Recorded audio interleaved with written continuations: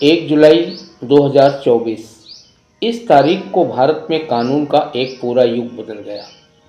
164 साल पुरानी अंग्रेज़ों के ज़माने की आईपीसी यानी भारतीय दंड संहिता इतिहास के पन्नों में दर्ज हो गई और उसकी जगह ली बीएनएस यानी भारतीय न्याय संहिता ने। दोस्तों, कानून की अज्ञानता आपको संकट में डाल सकती है। आज हम बीएनएस की 5 ऐसी सबसे ताकतवर और गंभीर धाराओं में जानेंगे जो हर आम भारतीय जिंदगी को सीधे प्रभावित करती है। चाहे आप सड़क पर गाड़ी चला रहे हों, किसी हादसे के गवाह हों या आपके साथ कोई अन्याय हुआ हो। ये सिर्फ कानूनी धाराएं नहीं हैं, ये आपकी सुरक्षा के हथियार हैं। आइए शुरू करते हैं। पहली और ज़्यादा चर्चा में रहने वाली 106(2) यानी हिट एंड रन। पुरानी कानून आईपीसी की धारा 304(a) के तहत अगर कोई लापरवाही से गाड़ी चलाते हुए किसी की जान ले लेता था तो उसे अधिकतम सिर्फ 2 साल की सज़ा होती थी और आसानी से जमानत मिल जाती थी। लेकिन अब सावधान हो जाइए, क्योंकि बीएनएस की धारा 106(2) कहती है अगर कोई व्यक्ति लापरवाही या तेज रफ्तार से गाड़ी चलाकर किसी की मौत का कारण बनता है और पुलिस या मजिस्ट्रेट को सूचना दिया बिना मौके से भाग जाता है तो उसे 10 साल तक की जेल और भारी जुर्माना हो सकता है। लेकिन राहत की बात यह है कि कानून यहाँ एक बहुत बड़ा मौका देता है। यह सख्त सज़ा भागने और एक्सीडेंट को छिपाने पर है। अगर अनजाने में कोई हादसा हो जाए तो भागिए मत, घायल को अस्पताल पहुंचाने की कोशिश कीजिए और तुरंत पुलिस को सूचना दीजिए। ऐसा करने पर इस गंभीर धारा में आपको राहत मिल सकती है। हमारी सूची में दूसरी सबसे अहम धारा है 103(2) भीड़ द्वारा हत्या, जिसे हम मॉब लिंचिंग भी कहते हैं। भारत के कानूनी इतिहास में यह पहली बार हुआ है जब मॉब लिंचिंग को एक अलग और विशिष्ट अपराध के रूप में परिभाषित किया गया है।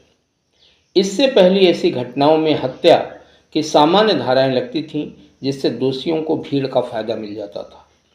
लेकिन अब बीएनएस की धारा 103(2) के सख्त प्रावधान के मुताबिक अगर 5 या उससे अधिक लोगों का कोई समूह किसी भी आधार पर, जैसे जात, समुदाय, लिंग, भाषा या जन्म स्थान के नाम पर एकजुट होकर किसी की हत्या करता है तो उस भीड़ के हर सदस्य को आजीवन कारावास या मृत्यु दंड तक की सजा हो सकती है। यह धारा समाज के लिए कड़ा संदेश है कि कानून को अपने हाथ में लेने का अंजाम कितना भयानक हो सकता है। भीड़ के पीछे छिपकर अपराध करने वाले अब बच नहीं पाएंगे। तीसरा सबसे बड़ा और संवेदनशील बदलाव हुआ है महिलाओं और बच्चों की सुरक्षा से जुड़े कानूनों में। बीएनएस में धारा 64 से लेकर धारा 70 तक विशेष रूप से बलात्कार और यौन उत्पीड़न से निपटती है।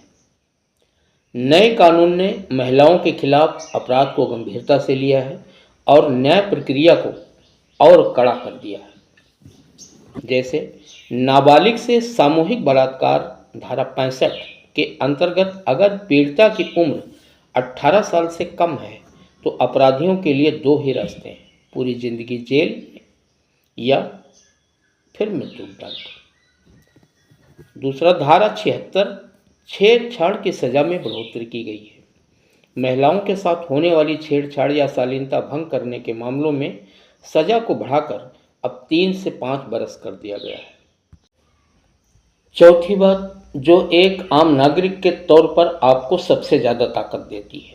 अक्सर आम आदमी की शिकायत थानों पर दर्ज नहीं की जाती थी या इलाके का बहाना बनाकर पीड़ित की शिकायत दर्ज करने में आनाकानी होती थी और पीड़ित भटकता रहता था। अब नए प्रक्रियात्मक कानून यानी बीएनएसएस भारतीय नागरिक सुरक्षा संहिता की धारा 173 ने आम आदमी को 2 बहुत बड़े अधिकार दिए हैं। पहला, 0 FIR। अब अपराध चाहे देश के किसी भी कोने में हुआ हो, आप किसी भी नज़दीकी पुलिस स्टेशन में एफआईआर दर्ज करवा सकते हैं। पुलिस इसे मना नहीं कर सकती। वह बिना नंबर के यानी जीरो पर एफआईआर दर्ज करेगी और बाद में उससे संबंधित थाने को ट्रांसफ़र करेगी। दूसरा, ई एफआईआर। अब आप घर बैठे इलेक्ट्रॉनिक माध्यम यानी ईमेल या सरकारी पोर्टल के जरिए भी शिकायत दर्ज करा सकते हैं। इसके बाद 3 दिन के भीतर आपको थाने जाकर सिर्फ अपने हस्ताक्षर करने होंगे और आपकी एफआईआर मान्य हो जाएगी। अब पुलिस के लिए यह भी अनिवार्य है कि एफआईआर दर्ज होते ही उसकी एक कॉपी शिकायतकर्ता को बिल्कुल मुफ्त तुरंत। पांचवी और आखिरी धाराएं आम अपराधियों के लिए नहीं बल्कि उन सिंडिकेट्स के लिए हैं जो अपराध को अपना धंधा बना चुके हैं। हम बात कर रहे हैं धारा 111 संगठित अपराध और धारा 113 आतंकवादी कृत्य। पहली बार राष्ट्रीय स्तर के कानून में ऑर्गेनाइज्ड क्राइम जैसे कि जबरन वसूली, जमीन हड़पना और बड़े पैमाने पर एक साइबर वित्तीय धोखाधड़ी को कड़े दायरे में लाया गया है। एक अंतर्राष्ट्रीय शोध संस्था स्मॉल आर्म्स सर्वे के मुताबिक भारत में नागरिकों के पास करोड़ों की संख्या में अवैध हथियार होने का अनुमान है जो संगठित अपराध को बढ़ावा देते हैं।